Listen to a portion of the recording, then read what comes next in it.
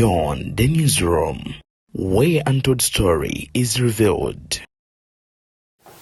Let court study the submissions of both sides plus the evidence produced by the applicant, and then it will give its ruling on the 6th of February 2024 at 10 a.m.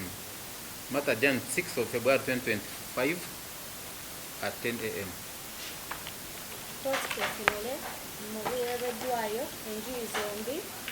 era ejja kuwa okusalawo kwayo nga mukaaga ebuvanjuba n'ebugwanjuba ewaka wasigalawo ewasinga. Beyond the newsroom gwe mukutu ogukuleetera ekyo ekisinga. Katiranga naffe ng'oyita ku noti 774 ne noti 744 na bino bikulu tetulanga bafere, tetulanga basawo ba kinnansi n'abagwa mu kkoowa eryo. Mwebale kutuwagira. Thank you.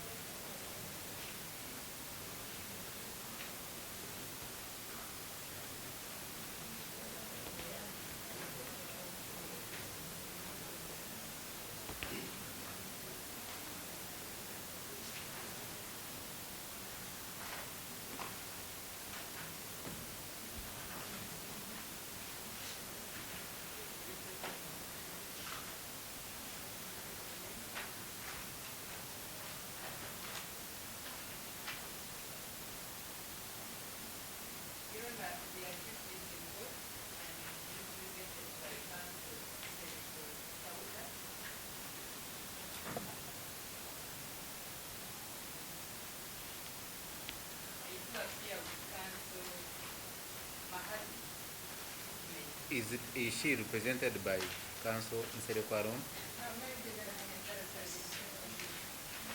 May it please your worship, my name is Sincere Kasaka. I am representing Lwaki counsel together with counsel Moses Kola. Counsel Moses Kola. KW. Okay. Counsel Kenneth Kaumao, about your advocates. Counsel Kenneth who? Kaumao. Okay. And Counsel Gerald Kwako, semi-one. Your worship, ready to proceed.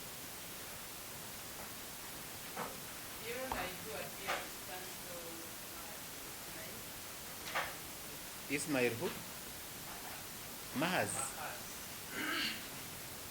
Yes.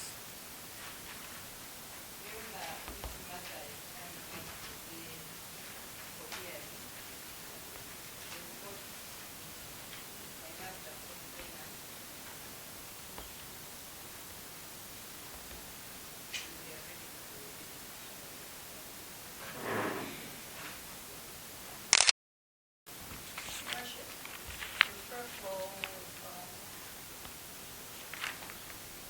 disclosure of the documents that the prosecution intends to rely on. We don't have them. And it will proceed after they have disclosed these documents. We also have instructions to apply for bail for the accused person.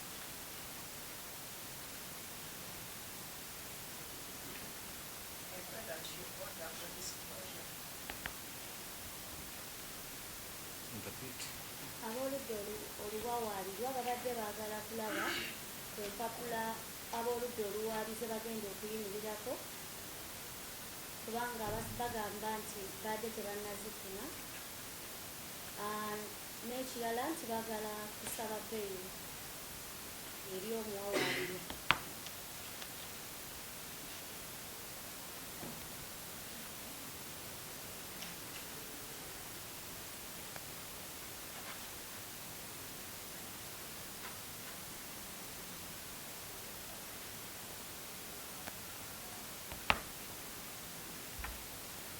If the investigations in this matter are complete, okuba ng'okunoonyereza musango guno kwawedde, let the land state attorney disclose to the defense team leka state attorney abalage so that court is able to proceed. In the meantime, let counsel for the accused person go ahead and make a bail application. mu budde obutono leka kanso wa muwawaabirwa agende maaso n'okutambuza bbeeyi ya client we. I know, Your Worship, my colleagues are going to take us through the application for bail.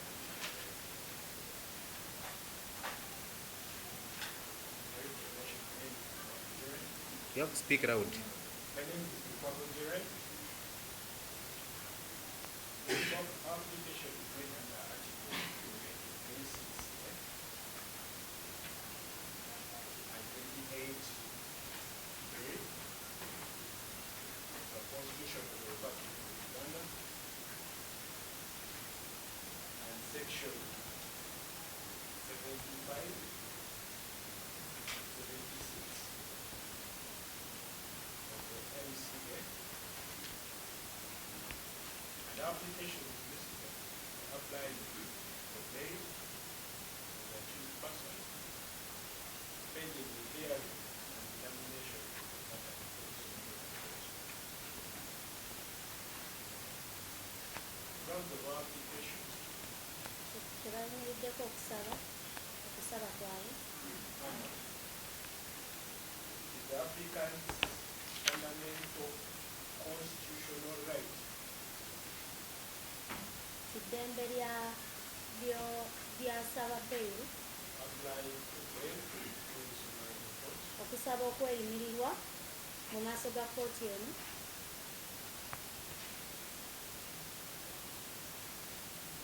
The applicant has a fixed place of abode at Kisibula village, said, Omusabi wa bbeeyi Which place? Kisibula village, Mutunde ward,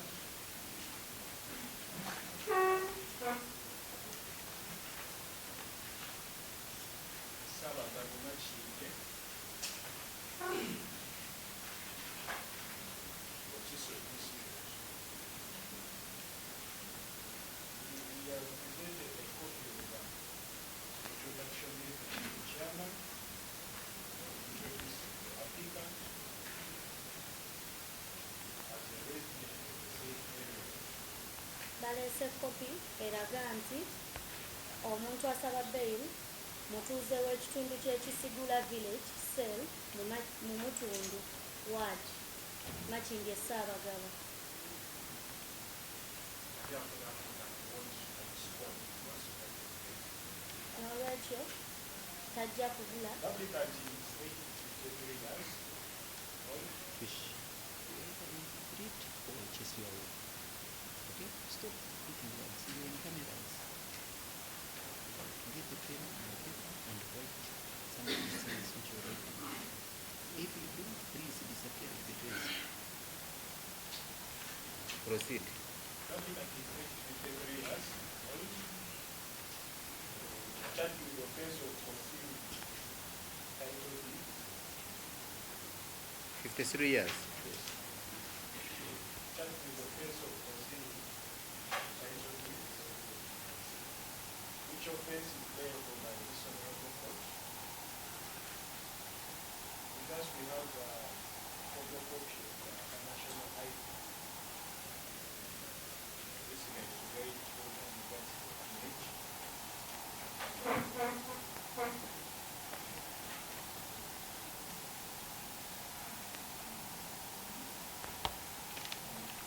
omuwawaabirwa alina emyaka 53 era nga avunaanibwa omusango ogw'okulemera ebyapa era batuwadde fotokopi ya ID ye okukakasa emyaka gye.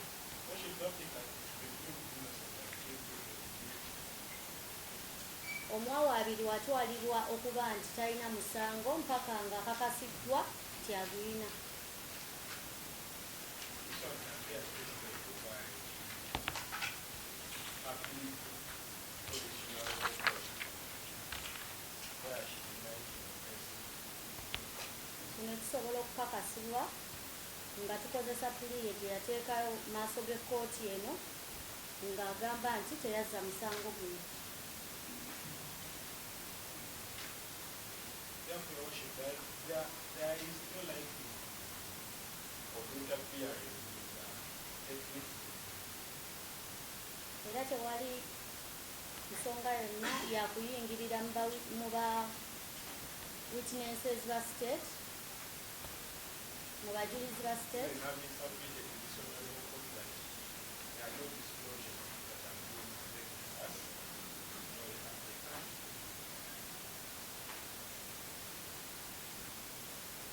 And therefore, there is no interference in the investigation which are going to be completed. Council to submit on something else. There are no pending, there are no other pending cases against us.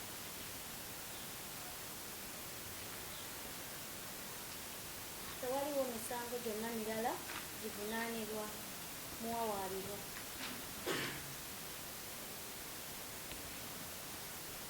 Lastly, this honorable court has already discretion that the revision will happen. Comes at its perspective.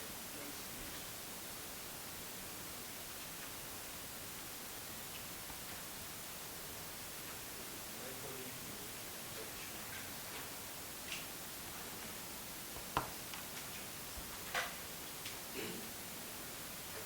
Thank you.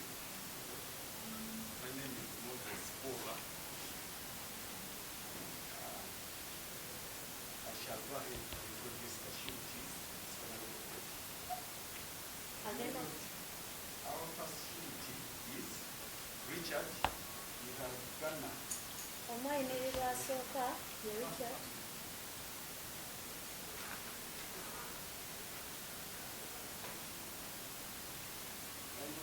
How many sureties do we have? They have 3 sureties. Let them go, who can go the other side? bagende sayidi y'eri. Council proceed.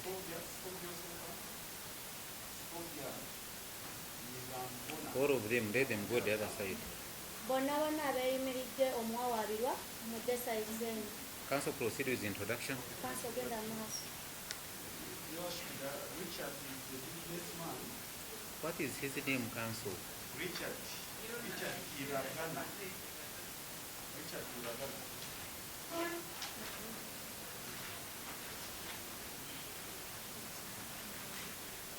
Richard who? Hiragana.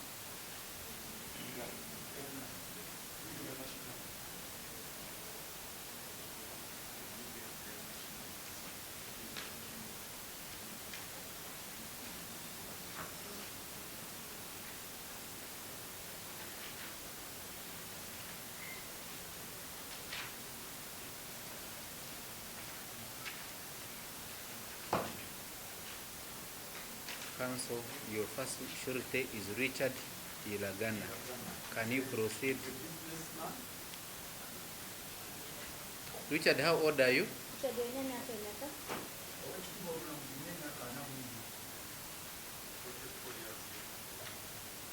Council proceed.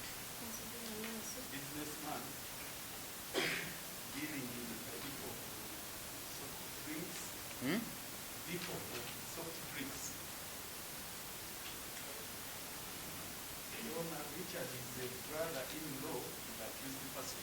Soft drinks where? Where is that? Namongo Bukasa. Namongo Bukasa. Bukasa Namongo. Where is that? Kisangibwawo. Namuwongo. Namongo Bukasa. Bukasa is the parish. Council.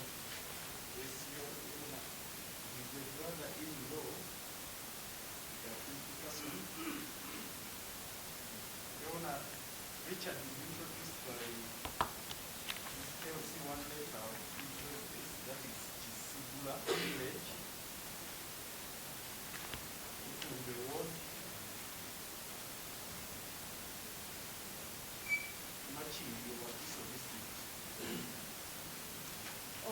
eyayimiridde asooka ayitibwa mwami iragena richard nga mwami munnabyabusuubuzi ng'adiiringira mu ddipo y'ebyokunywa mu kisigula makindye ng'era abeera muko w'omuwawaabirwa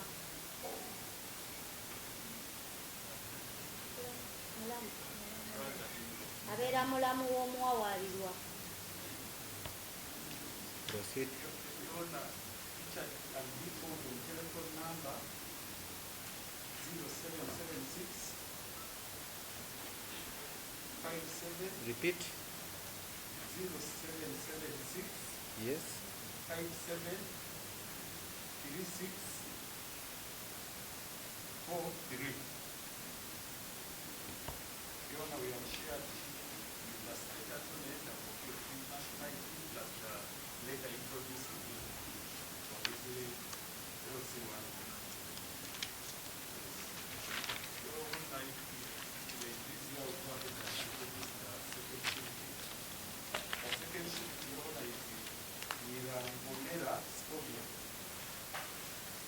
Monera Scovia.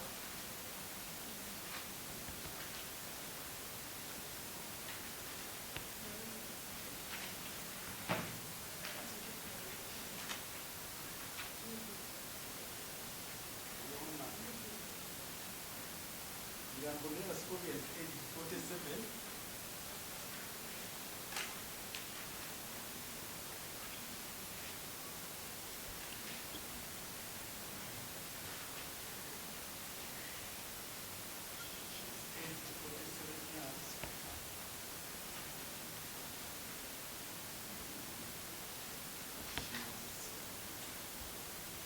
An auntie to the accused person.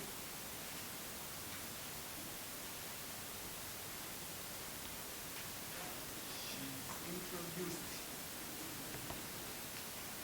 by a letter from her LC oneself that we have shared with this honorable court from Kisigura village itself, Mutumbe Ward, Wakiso district. Fiona Nyangomira is a landlady in Kisigula. She has some rentals.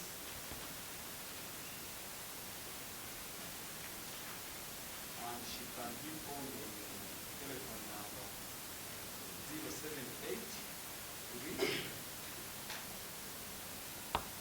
34 07. 0783 34 40 25. Omuyima owookubiri ye mukyala Nyirambonera Scovia ng'alina emyaka 47, ssenga w'omuwawaabirwa ate ng'era landiroodi mu kitundu kya Kisigulwa era nga gy'awangaalira mu Mutumbwe Ward, Wakiso district.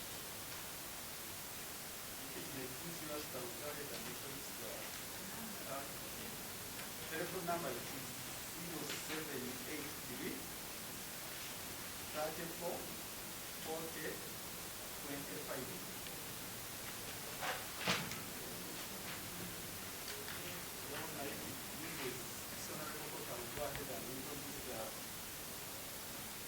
That surety,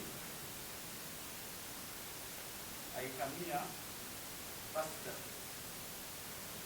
Aikamia Pastor. Kenyana. Fiona Aikamia Pastor is age 59 years. Fiona Aikamia Pastor is introduced by Leto Mandel Simonso, Kisigura, village cell, Mutumbwe Ward.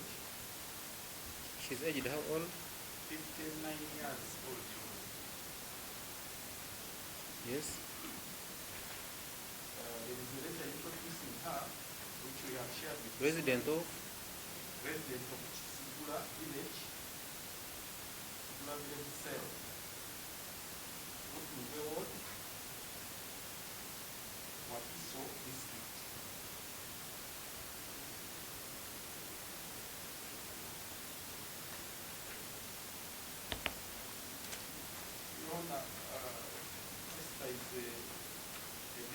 woman, at the same time, the farmer, she has a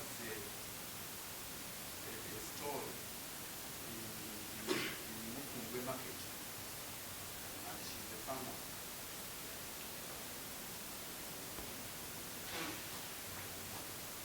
Lorna, Lester is a cousin sister with a accused person.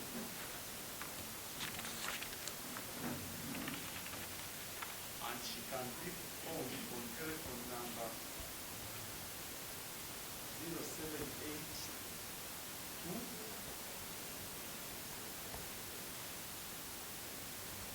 74 7877. Omuyima owokusatu ye mukyala ayinkamiye Vasta ng'abeera Kisigula Mutundwe Ward Wakiso District, mukazi munnabyabusuubuzi ate nga mulimi, alina omudaala mu katale k'e Mutundwe ate ng'era abeera Kizibwe w'omuwawaabirwa.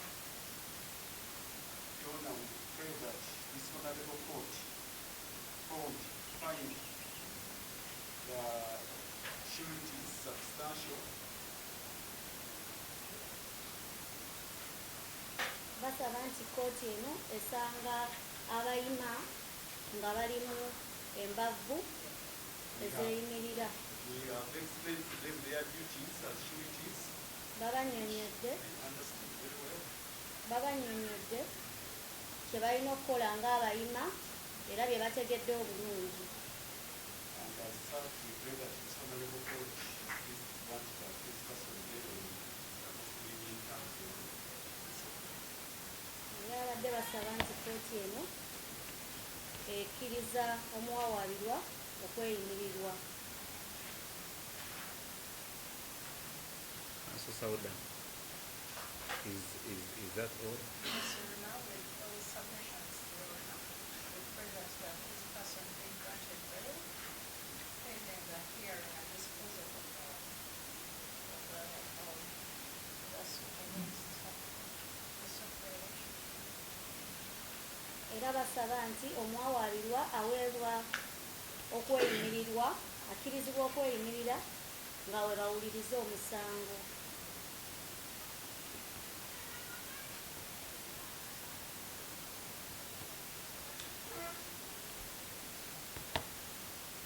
Test it.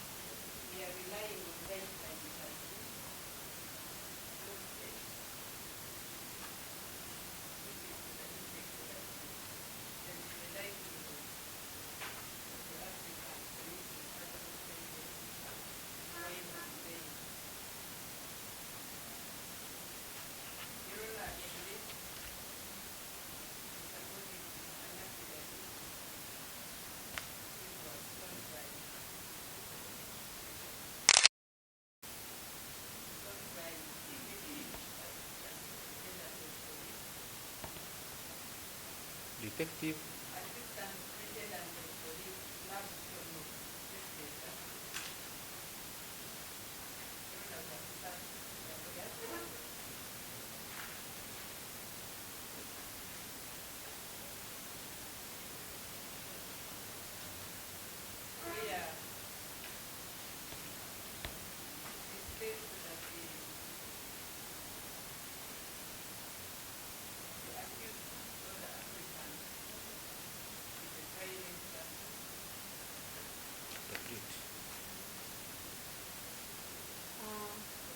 Detective Superintendent wa Poliisi Nautono Esther yagambye nti omuwawaabirwa ali violent.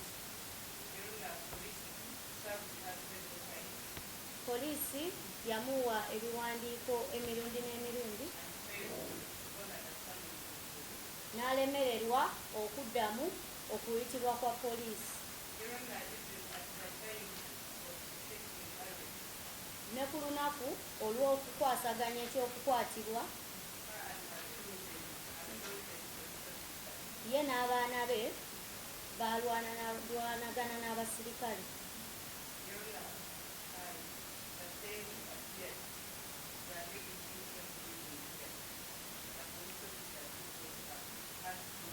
Olunaku lwe bamuleeta mu kkooti, abasirikale abakyala abajja naye bajja n'ebivune.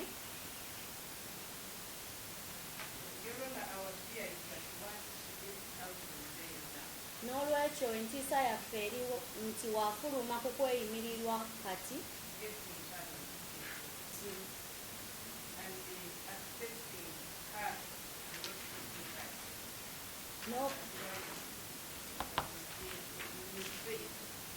n'okumufuna okujja mu kkooti kuyinza okulemererwa. Sorry. State, sorry.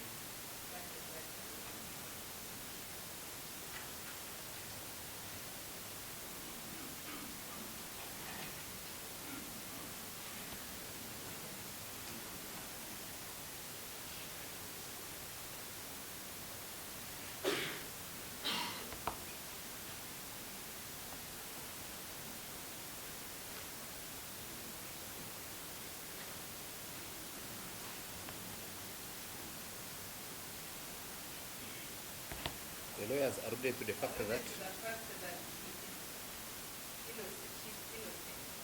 ne balooya balemedde ku nsonga nti talina musango.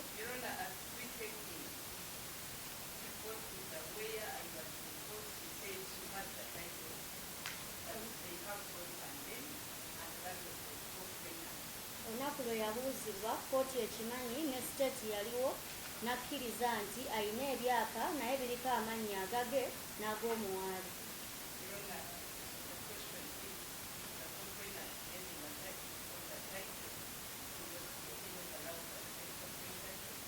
Ekibuuzo kiri nti erinnya ly'omuwaabi bwe liba nga kwe liri ku kyapa takkirizibwa kufuna kyapa ekyo.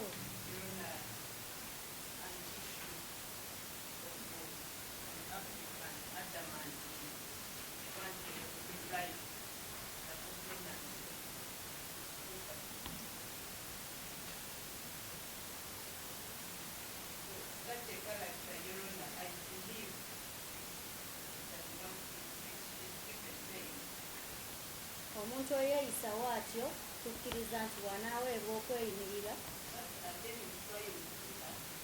Ekisooka okujja mu kkooti kijja bba kizibu.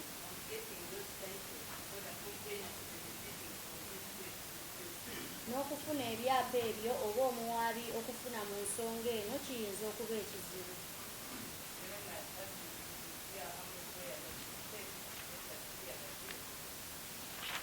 N'olwekyo siteeti abadde asaba nti waakiri tuwulirize omusango, kkooti bagirago obujulizi era esalewo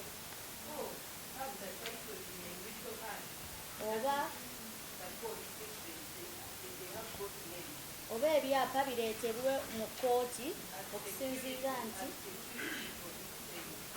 oba ebyapa bireetebwe mu kkooti nga security oba omusingo gw'okweyimirirwa kuno,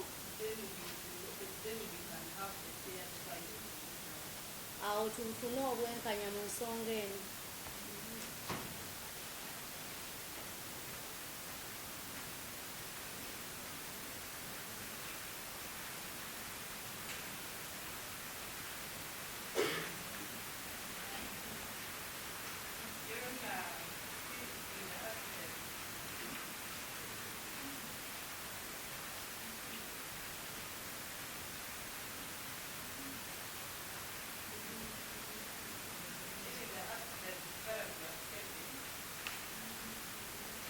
Nga tukyali mu affidavit,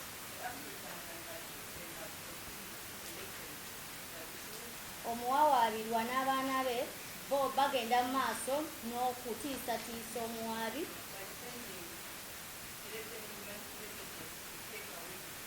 nga bamuweereza obubaka obumutiisatiisa okuggyawo obulamu bwe, era kopi za message ze baweereza ziri attached to affidavit. Kati entiisa yaffe eri nti wafuluma ku kweyimirirwa ayinza okutuusaawo bye babadde batiisatiisa, tuyinza okufiirwa obulamu. N'olw'ensonga eyo state asaba nti bail emummibwe.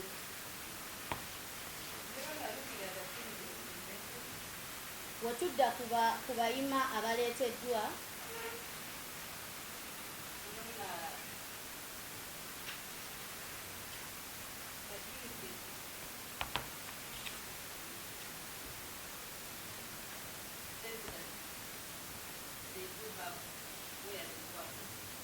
abayima bagamba nti balina gye bakola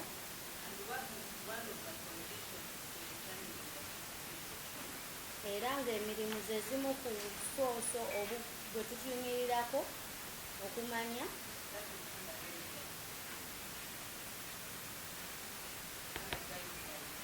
wansi w'okuwabulwa akawayiro 15.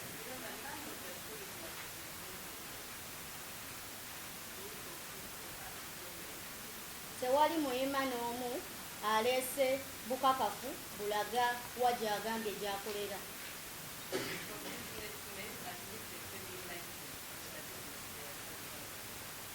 Kubagambe nti bakola mu byabusuubuzi, waakiri wandireese trading license,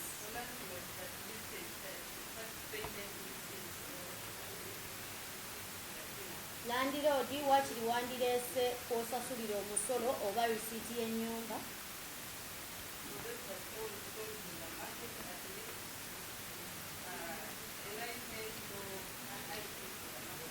n'oyo alina omudaala mu katale waakiri layisensi oba ID y'akatale ako.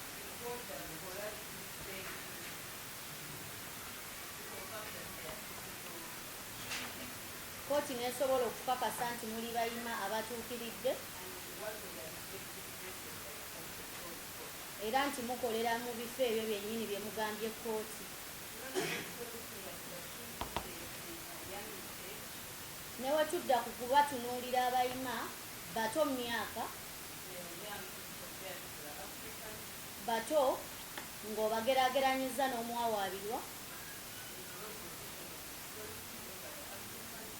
kitegeeza tebalina buyinza ku muwawaabirwa,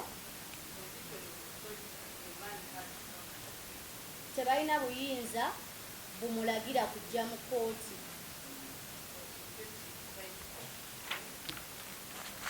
Kati bw'aba asazeewo obutalabikako,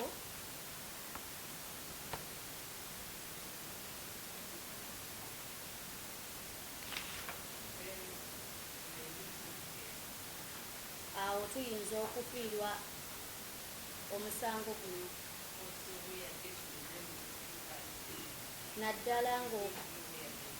naddala ng'okubafuna kujja bba kuzibu kubanga tetumanyi wa gye bakolera.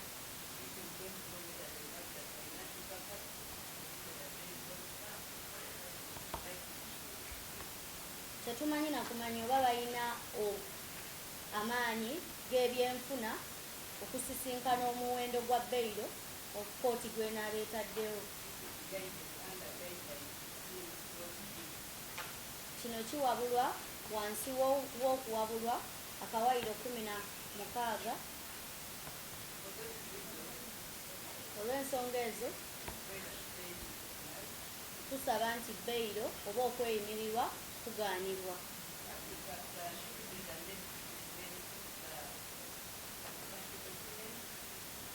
Abayima balina okuleeta empapula ezirimu embavu,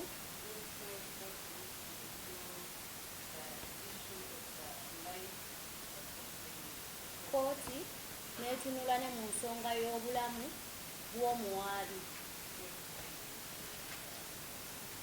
nga tennasalawo kuwa muwawaabirwa kweyimirirwa.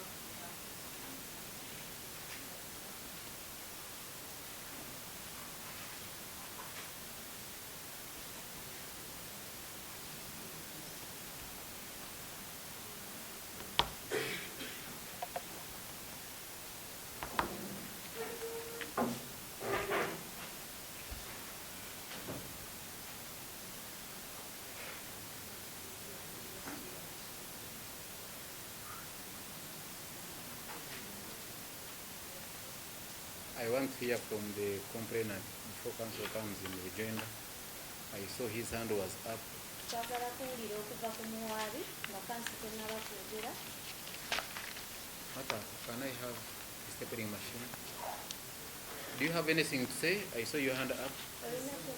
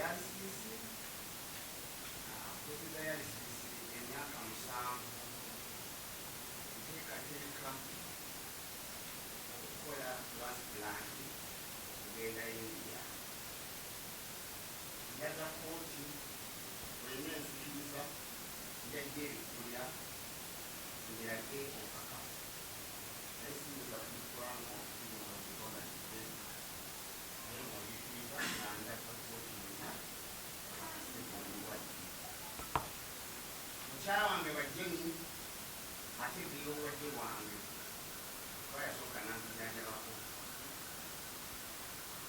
nzize nga nzibukidde mu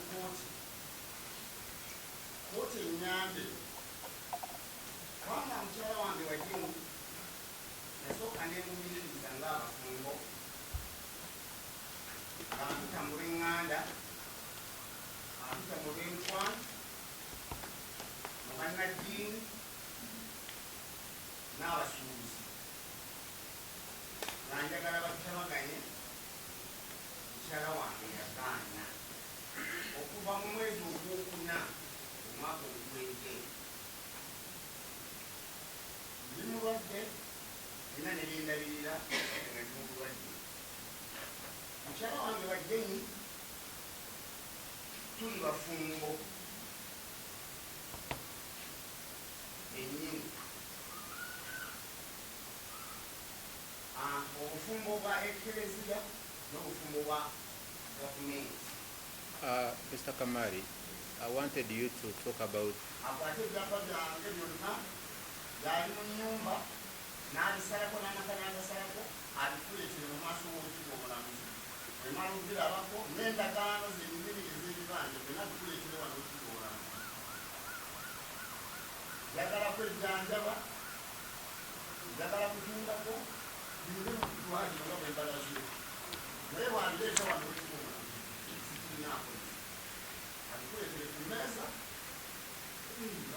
omuwebbeyi tulabe ekitabo kubanga ebyapa by'abantu basatu kuliko nze kuliko n'omulala kuliko n'omulala nga bw'olowoolera ekifani. all right, that's enough. Council. Your Worship, for record again, Council President Omulamuzi, and I'm here to take your agenda. Your Worship, I will start with the complainant's submission. Start with the state. Your Worship, the state raises about three important aspects. The first being of very important. state yawaddeko ensonga ssatu. Esooka ey'okubeera nti omuntu ono ali violent And I will respond to this, Your Worship. era agenda giddamu. Your Worship, there is no any document that shows that this person was summoned at police, which never happened. Tewali kiwandiiko kyonna kiraga nti omuwawaabirwa yayitibwa ku poliisi n'atajja. Your Worship, there is no document that is presented before us Tewali that kiwandiiko allows the complainant or the police to go and search the premises of the accused person, and that is a search warrant at the time. tewali kiwandiiko kyonna kyabaweereddwa ekyakkiriza poliisi okugenda okwekebejja ennyumba Therefore, it's our y'omuwawaabirwa. submission, Your Worship, that the allegations of the state are mere speculative. Era bagamba nti siteeti ensonga z'ayogeddeko ziringa ezitali nkulu. And Your Worship, it is very dangerous for court to act in speculation. Era nga kyabulabe nnyo kooti okubaako kyekola ng'eyimiridde ku Your kulowooza. Worship, on the second aspect of absconding from court or attending court, Ku nsonga ey'okubiri ey'obutajja mu kooti, Your Worship, the applicants have presented the sureties before this court ye with fixed places of abode in the execution of this court.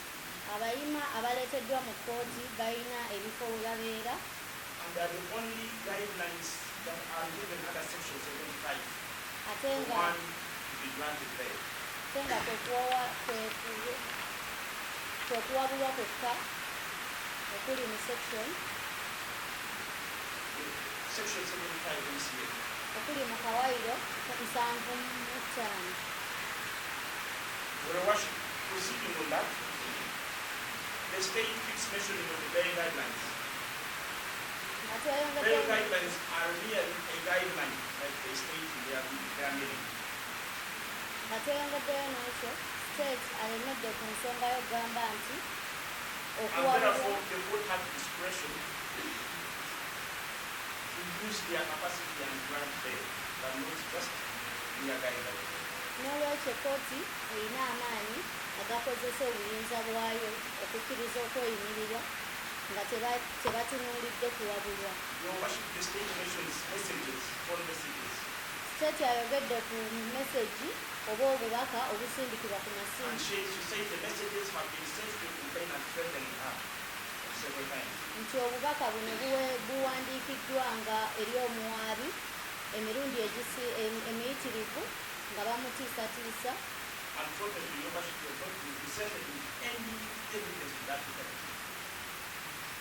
naye bo abawawaabirwa tebalina kintu kyonna oba bukakafu bwonna ku nsonga eyo bwabaweereddwa, And requested for disclosure. I thought that should have been. ate nga baasabye okulaba ku bintu ebyo. And further, Your Worship, there is no case that has been formally reported to police on the same. Ate nga tewali musango gwonna guloopeddwa ku poliisi ku nsonga eyo. Lastly, Your Worship, I will present the aspect of the age of the sureties to be able to make sure that they are his person in terms of court. Okusembayo agenda kwogera ku ky'emyaka kyebagambye nti abayima. The state says that the sureties are very young, State yagambye nti abayima bato nnyo and I do not know what she means by saying they are young. era simanyi kikyategeeza ng'agamba nti bato. Your Worship, I'm also wondering whether 45 and 59-year-olds are young as per Nange the neebuuza institution of the law. oba omuntu ow'emyaka 59 n'ow'emyaka 47 bato ng'oyimiridde ku mateeka. Therefore, Your Worship, we pray that the sureties are considered substantial. N'olwekyo tusaba nti abayima basangibwa nga bambavu, And therefore, what should not be ruled on speculation as per the description of the state. n'olwekyo kooti ereme kugendera ku kuteebereza nga state wabadde agambye. My colleague may respond to that question. Your Worship, we have had the opportunity of looking at the affidavit that has been presented by the prosecution. First of all, Your Worship, we have a preliminary objection to the affidavit, the admissibility of the affidavit. It is not commissioned as per the Oaths Act. When you look at the signature of the commissioner, there is no name, there is no stamp, there is no evidence that the person commissioned falls under those required to commission under the Oaths Act. Bw'otunuulira affidavit gye batuwadde tewali bujulizi bwonna bulaga nti yasayiningiddwako komishona. Tekuli linnya, We don't know the name of the person who signed on the document, tebamanyi linnya lya muntu yasayininze ku kiwandiiko ekyo, and it is a requirement that the Latin words or the name should appear. ate nga And kyetaagibwa nti erinnya ly'omuntu oyo libeerako. the document has also not been received by this honorable court. Era At least the document we have is not stamped. kiwandiiko ekyo tekinnafunibwa ku kooti eno kubanga tekuliiko sitampu. So I think it is either been smuggled onto the court record. N'olwekyo kansa alowooza nti kirabika kyakukusiddwa okuyingira rikodi. There is also no evidence that it has been paid for. Tewali na bujulizi bulaga nti baakisasulidde. Then I'll look at the merits, at what they have alleged in the affidavit. When you look at the attachments, Tunuulira bye bataddeko this one and this one, these messages, zino when message the provisions of the Electoral Residence Act, we don't know where they're coming from. These are messages that have been packed by the applicant, by the prosecution. zino message zaajingiriddwa oludda oluwaabi And they don't show which phone number they are coming from and where it is going. era teziraga nnamba ki ey'essimu gye ziva nawa gye ziraga. The summons alleged to have been attached are not there. Ebiwandiiko ebiyitibwa ebiyita omuwawaabirwa be bagamba nabyo tebiriiko. There is no such report. Tewali ripooti yeefaananyirizaako wekyo. So I pray that the affidavit is struck off court record Era asaba nti affidavit eggibwako ku court record and it is not considered era ereme ku when considering giving the applicant the accused person. Then I've also had the submissions of the prosecution in regard to the offense of concealing titles. The offense is concealing titles, Your Worship, which means the prosecution has to prove beyond reasonable doubt as per the Constitution that indeed the accused person concealed his titles. ekitegeeza nti oludda oluwaabi lulina okukakasa okusinga okwemulugunya kwonna nti omuntu ono yabuza ebyapa bino. And the complainant himself has said that the accused person is a registered proprietor on the titles he claims. N'omuwaabi yennyini agambye nti omuwawaabirwa ali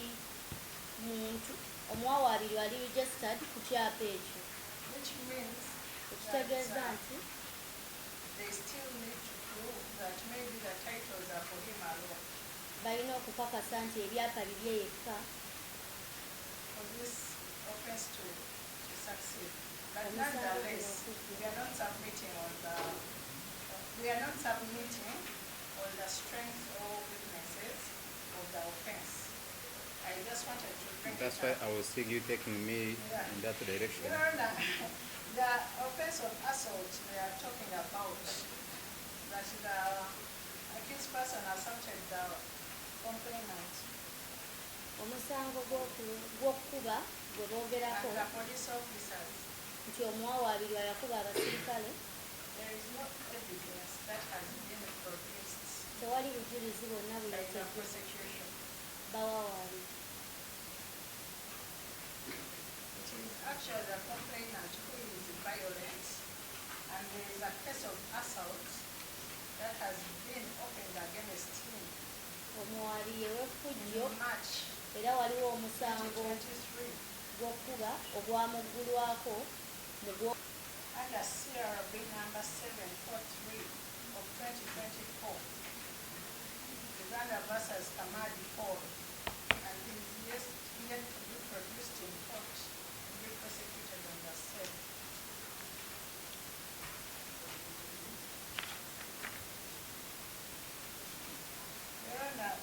She also talked about the accused person and her children. Criminal liability is individual. Therefore, even if the messages were sent by the children of KAMAALI and Verena, those are messages which were not coming from her as the accused person. n'olwekyo message ezo neziba nga zasindikibwa abaana baabwe abaana b'omuwali n'omuwawalirwa tezisobola kutangira muwawalirwa kuba si ye yazisindika. Your Honor, with the grounds, maybe the other issues about bringing titles to a little place. Your Honor, the titles, they still need to prove that she has their own. Then two, they're already undergoing divorce clause number 171 n'ensonga endala 2024. eri ku kyakuleeta lyapa mu mikono egitalina ludda owekitiibwa omulamuzi bakyalina okukakasa nti omuwawalirwa yalina ebyapa ebyo. They're also undergoing divorce clause 171. ate nga bakyali mu musango gw'okwawukana Divorce clause 171 of 2024 before the High Court. mu kkooti enkulu. And during mediation, two of the titles were surrendered to the complainant to go and get treatment allegedly. That is block. Era mu kuteeseganya ebyapa bibiri byaweebwa omuwaabi agende afune obujjanjabi That is block 265 Chadongo. era nga bulooko 256 eri ekyaddondo Plot 593, no, 5983. Block 2, Block 265. Plot 5983. 5983. Was surrendered. From who to who? Was surrendered from the accused person. She was the one keeping them. She was the one keeping it. Then the other one, what is in his name, is that one where they share the matrimonial home. That is block 265, plot 7249. Block 265. Yes. Plot 7249 was also surrendered to him, and he subdivided that land and sold to Mother Care at a price that was not disclosed to the accused person.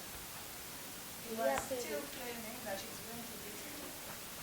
ebyapa ebyo byaweebwa omuwaabi ng'agamba nti ayagala That bujjanjabi this court does not fall into the victim playing of the complainant to deny the accused person bail.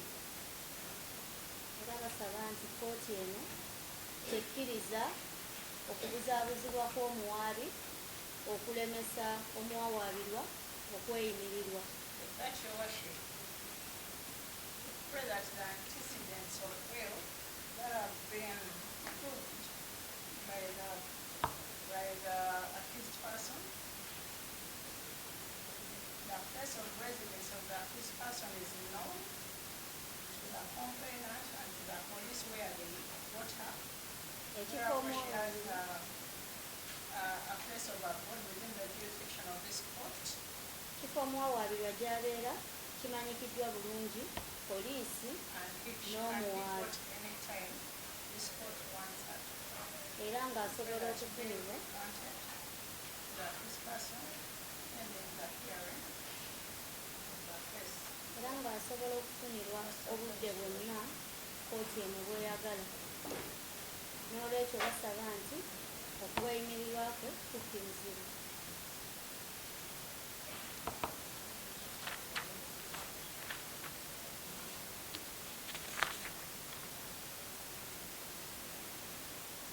That's what are you saying?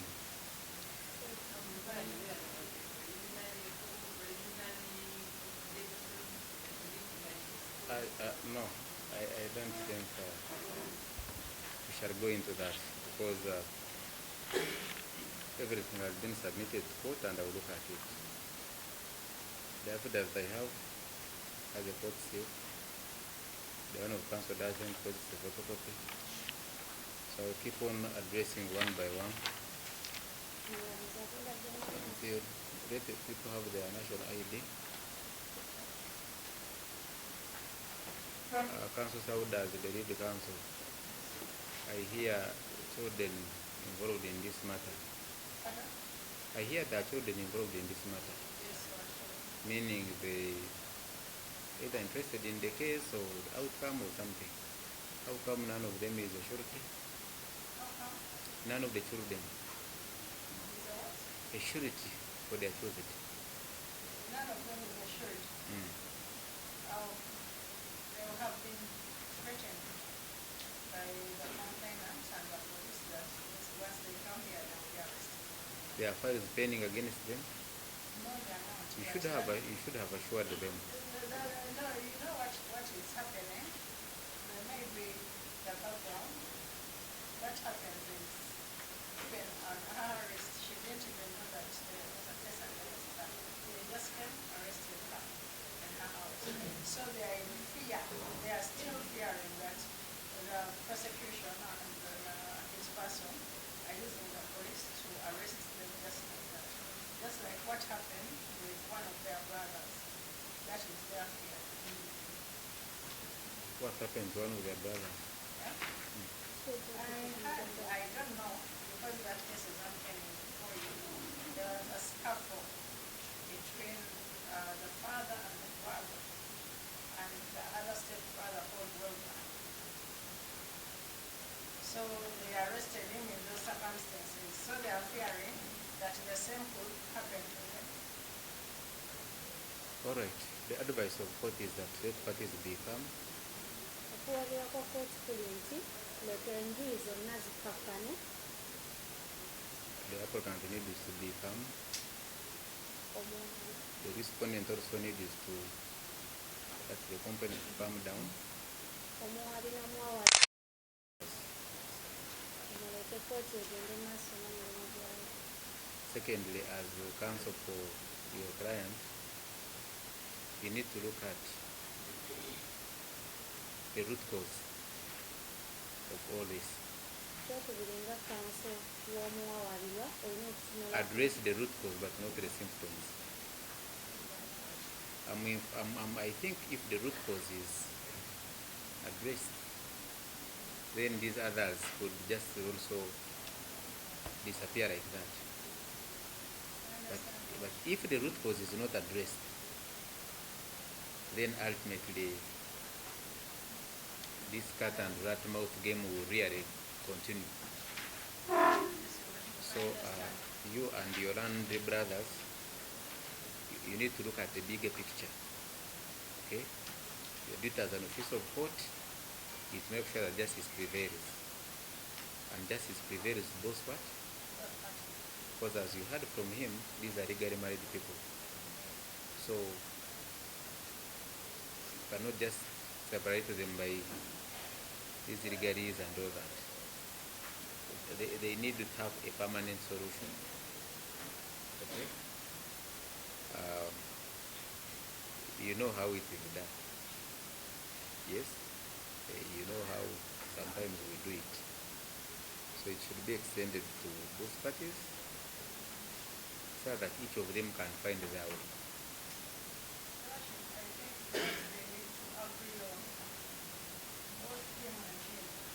Acceptance that maybe the both of these territories. And what is the effect of being registered for grant by two people? It means joint ownership. So what happens in joint ownership?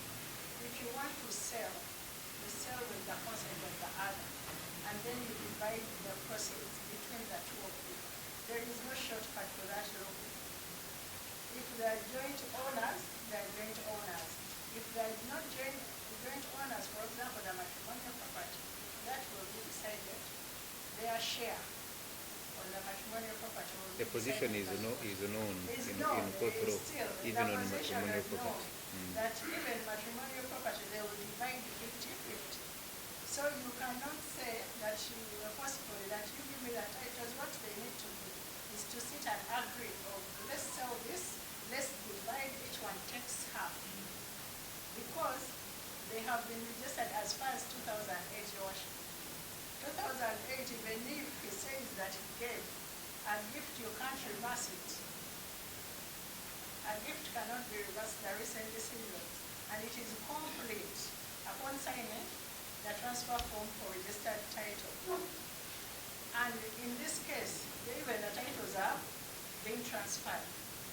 Once they accept their situation, that since they got married and decided to work together and they put the things in both their names, they are both entitled to it, I think that can be sorted at that point. I don't think she's claiming that he's not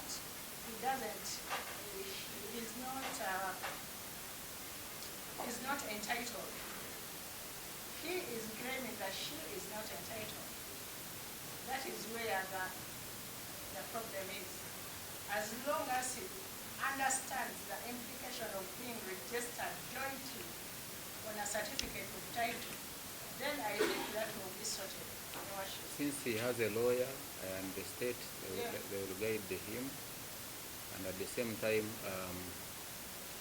Council Watching Brief have not invited you to address court. At the same time, I hope you'll also guide your client, and ultimately an amicable solution will be reached.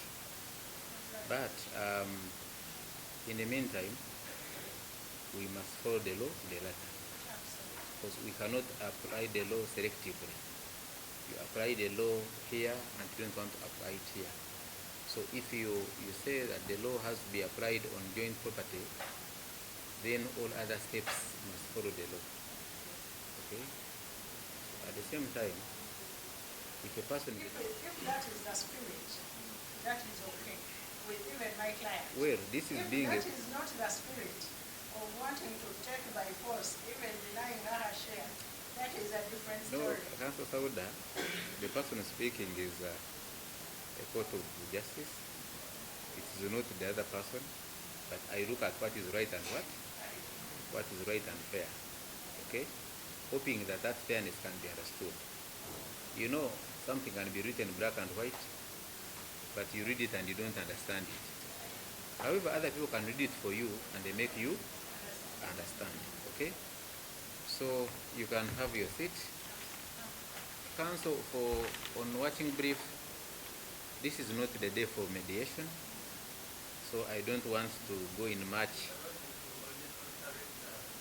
No, that's why I'm saying what we do, let's first proceed legally, then after proceeding legally, if I send the parties for mediation and you want to sit and talk, that is allowed for under the law. Okay, but for now,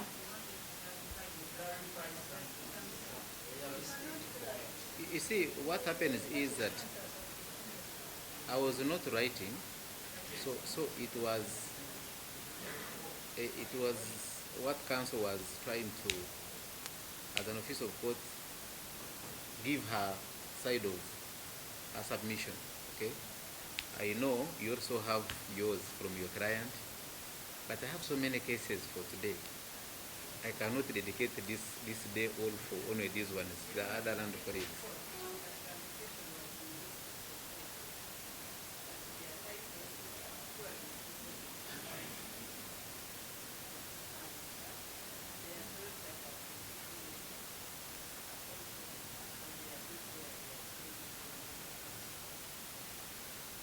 Well, that one will be reached on, I think, at mediation, where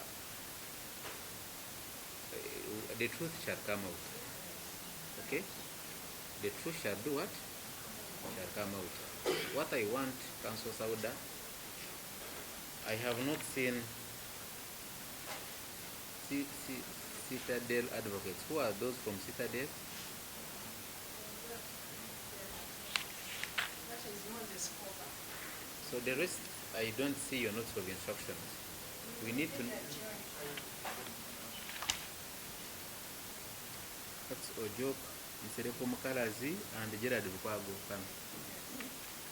Because we need to know whom we are dealing with, so that whatever exchange, legal exchange, we know whom we are dealing with. I don't want a situation where you come here, you push for bail. If you're lucky and you get it, council disappears. When you serve the council, it says, I don't have what? Instructions. And you leave us stranded with people. We need to be professional. When you start something, please finish it. At least you're four. At one point, one of you should be present, or two.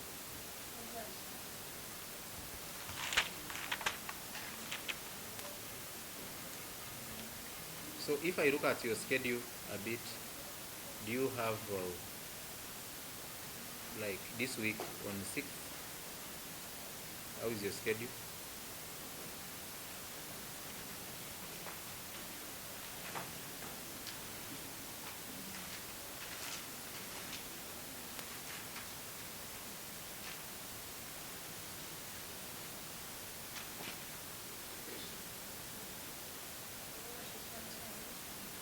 Ten.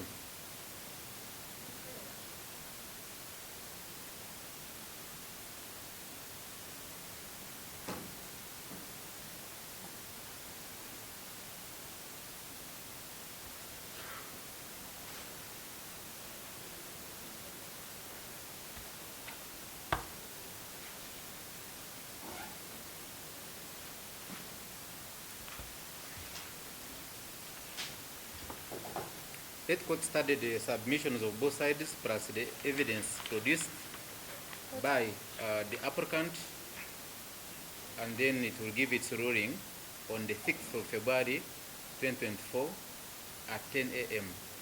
Matter done 6th of February 2025 at 10 a.m. Kooti ketunule mu buweereddwayo enjuyi zombi era ejja kuwa okusalawo kwayo nga 6 omwezi guno ssaawa 4.